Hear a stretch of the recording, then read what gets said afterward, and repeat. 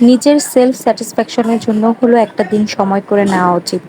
কারণ হচ্ছে আজ বেঁচে আছি, কাল হয়তো নাও বেঁচে থাকতে পারি। তাই নিজেকে একটু আত্মপ্রসাদ না দিলে কি হয় বলেন তো?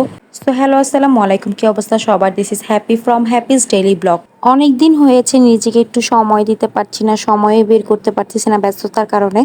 তো আজকে চিন্তা করলাম আজকে একটু বেরোতে হবে, না বেরোলে হবে না। তাই ঝটপট আমি আমার বোন রেডি হয়ে চলে গেলাম মিরপুর। তো মিরপুর গিয়ে মিরপুর ১ নম্বরে এই ফুড কোর্টে গেলাম। ফুড কোর্টের এই খাবারগুলো অনেক বেশি মজা থাকে। তো সেক্ষেত্রে আমরা চিন্তা করলাম তাহলে এই ফুড কোর্টে যাই। যেতে যেতে যেহেতু দুপুর হয়ে গিয়েছে, তো চিন্তা করলাম একটু দুপুর যেহেতু হয়েছে তা উল্টাপাল্টা খাবার না খেয়ে একটু ভারী খাবারই খাই। আর এত পরিমাণ গরম পড়ছে যে কি বলবো। আর এদিকে আমি পানি খাচ্ছি, ঠান্ডা ঠান্ডা পানি। দেখেন গরমে পানি শান্তি লাগতেছে, মানে পানি ছাড়া কোনো কিছুই ভালো লাগতেছে না। আর এখানে আমি বসে আছি খাবারের জন্য, খাবারটা কখন আসবে তাই খাবো। এখানে আমরা অর্ডার করেছিলাম chicken chilli onion rice bowl আর হচ্ছে মাসালা রাইস বোলটা। তো মাসালা রাইস বোলের থেকে হচ্ছে আমার চিকেন চিলি অনিয়নটা বেশ ভালো লেগেছে, কারণ হচ্ছে যারা একটু ঝাল পছন্দ করে তাদের জন্য এই মশলাটা ঠিক আছে, বাট আমার কাছে তেমন একটা বেশি একটা ভালো লাগে নাই। আমার কাছে চিকেন চিলি অনিয়ন যে রাইস বোলটা আছে ওটা অনেক বেশি ভালো লাগছে। আর ওদের রাইসটাও মোটামুটি কোয়ান্টিটি অনেক বেশিই ছিল, ১৭০ টাকার প্রাইস ছিল যদিও। বাট কথা হচ্ছে রাইসটা আরেকটু হলে হয়তো ভালো হতো, রাইসটা একটু কাঁচা কাঁচা লাগছে আমার কাছে। তো এই তো খাওয়া দাওয়া শেষ করলাম, খাওয়া দাওয়া শেষ করে হচ্ছে আমরা একটু কোক খাবো। কোক না খেলে কি হয় বলেন? জীবনটাই তো কোক হয়ে গেল। এই গরমে যদি কোক না খাই ঠান্ডা ঠান্ডা তাহলে কি হয়? তো খাওয়া দাওয়া শেষ করে এখন চিন্তা করলাম একটু টিএসসিতে যাই, যেহেতু আমাদের হাতে সময় আছে অনেক। আর এখানে ভালোও লাগছে না, অনেক গরম লাগছে, সেজন্য একটু মেট্রোতে করে টিএসসিতে যাবো। যেহেতু মেট্রো হয়েছে, টিএসসিতে না গেলে কি হয় বলেন? তো দেখেন এখানে আমার বোন একটা গোলাপ কিনে নিল, ওর নাকি অনেক পছন্দ, ভালো লাগতেছে গোলাপ। তো ওর জন্য একটা গোলাপ নিয়ে দিলাম আমি। দেন মেট্রো স্টেশনে উঠতেছি আমরা।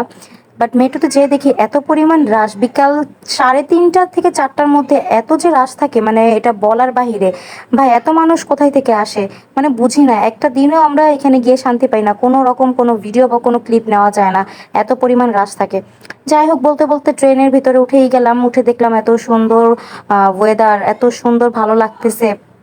যেমন ভালো লাগতেছে তেমন ঠান্ডাও লাগতেছে, মানে খুব এসির বাতাস, ঠান্ডা ঠান্ডা, উফ মানে কি বলবো। আর মেট্রো থেকে বাইরে যে ওয়েদার বা বাইরে যে দৃশ্যটা দেখা যায় এটা খুবই ভালো লাগে। কারণ হচ্ছে সবকিছু দেখা যায়, অনেক সুন্দর লাগে আমার কাছে। তো যেতে যেতে চলে গেলাম আমরা হচ্ছে ঢাকা বিশ্ববিদ্যালয়ের সামনে, সেখানে নেমে হচ্ছে টিএসসিতে যাব। টিএসসিতে যেয়ে দেখি শেখ হাসিনা আপা চলে আসছে ভাষণ দেওয়ার জন্য, মানে তার ভাষণ শোনার জন্য আমরা গেছি।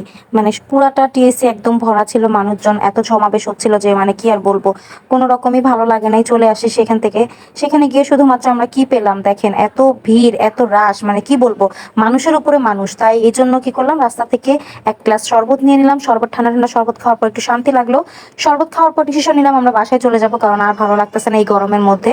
তো শরবত খাওয়ার পর হচ্ছে মোমো ট্রাই করব। মোমো ছিল এখানে শুধুমাত্র চিকেন মোমো, এটা তেমন আমার বেশি একটা ভালো লাগে নাই, প্রাইস ছিল ১০০ টাকা।